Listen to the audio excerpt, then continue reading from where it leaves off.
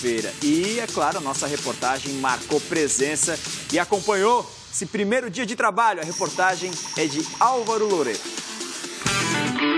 Com portões fechados, assim começou a temporada de 2018 para o Vasco. A imprensa não pôde registrar o primeiro dia de trabalho da equipe, que até agora anunciou 2 reforços: o volante argentino Leandro de Sábato e o atacante Rildo, que disputou a última edição do Brasileirão pelo Coritiba. O terceiro reforço deve ser Thiago Galhardo, mas o meia ainda não foi confirmado oficialmente.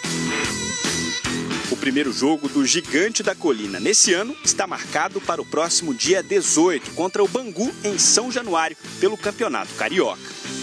E o Vasco não pode se dar ao luxo de começar a temporada devagar, pegando o ritmo. O time tem uma decisão logo de cara. Pela primeira fase da Taça Libertadores, tem um confronto mata-mata contra o Universidad Concepción.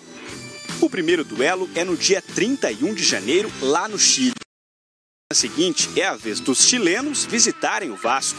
E só uma das 2 equipes vai sobreviver na principal competição sul-americana. Ou seja, será preciso começar o ano em ótima forma. Para isso, Zé Ricardo deve contar com peças importantes que terminaram 2017 no departamento médico. O zagueiro Breno e o atacante Luiz Fabiano devem estar à disposição já para os primeiros jogos da temporada. Outros atletas vão demorar um pouquinho mais. O atacante Kelvin precisa de mais um mês e o lateral esquerdo Ramon vai demorar cerca de 4 meses para voltar. Com poucos reforços, Zé Ricardo deve apostar na mesma base que terminou a última temporada. É o caminho para começar 2018 com o pé direito. Pois é, tá então as notícias do Vasco. O Vasco volta a trabalhar hoje normalmente, mais uma vez com os portões fechados, como já tem sido de costume, né? Lá no Gigante da Colina.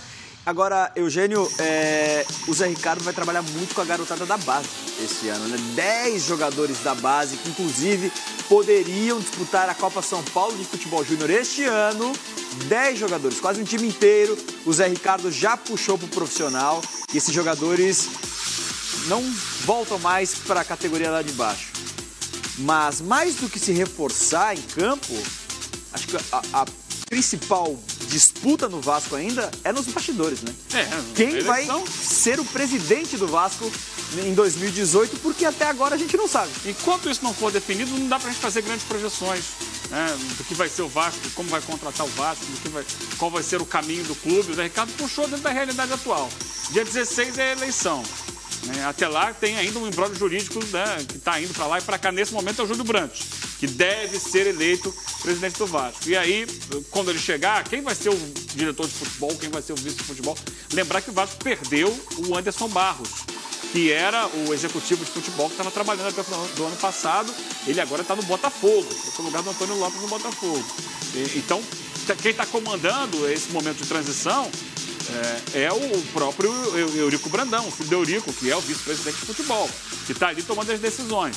Mas é muito difícil a gente precisar se ele vai continuar, mesmo com o Eurico sendo eleito, se não vai vir um outro executivo para trabalhar com ele no dia a dia, como tinha o Anderson Barros. Então, por enquanto, no Vasco, tudo é muito expectativa do que vai acontecer a partir do dia 16. Eugênio, você que está acostumado, claro, a cobrir os times do Rio aqui, né, de perto há bom tempo, acho que a grande dúvida é a seguinte: até ano passado a gente via Vasco, Botafogo e Federação de um lado, Federação do Rio de um lado, Fla-Flu do outro. Uma briga política, Fla-Flu enxergando o Campeonato Carioca de uma maneira, o outro trio de outra forma. Caso o Júlio Brandt assuma o Vasco, como hoje assumiria, se fosse hoje o Júlio Brandt assumiria o Vasco, você acha que o Vasco pode pular de lado, migrar pro lado onde está Fla-Flu e pensar o Campeonato Carioca de uma outra maneira? Ou a filosofia, a mentalidade que está hoje permanece, o Vasco segue aliado a Botafogo e a Federação e o Campeonato Carioca segue no mesmo formato? O que você projeta caso essa administração do Vasco mude? Primeiro, eu acho que o peso dessa disputa diminuiu muito, né? Os campeonatos estaduais, entre eles o Carioca, eles não têm tanto peso mais na projeção de ambas das equipes, até do Vasco. que vai necessariamente, nesse início de temporada, focar na Libertadores. Ele tem 2 fases de Libertadores para chegar até a fase de grupos. E a menina dos olhos vai ser, sim, do Vasco. Tanto que a federação abriu a inscrição. Você tinha uma limitação de jogadores para inscrever no Campeonato Carioca, agora abriu. Os times vão poder usar Flamengo, Vasco, times alternativos no Campeonato Carioca. Agora, sim, nessa disputa, nessa queda de braço da federação, pode ser que, com uma vitória do Júlio Brandt, o Vasco penda para um outro lado, porque a relação do Eurico Miranda com o Rubens Lopes é muito próxima. Pode ser um pouco diferente. Mas eu acho que é uma questão hoje que ficou menor no cenário do futebol brasileiro.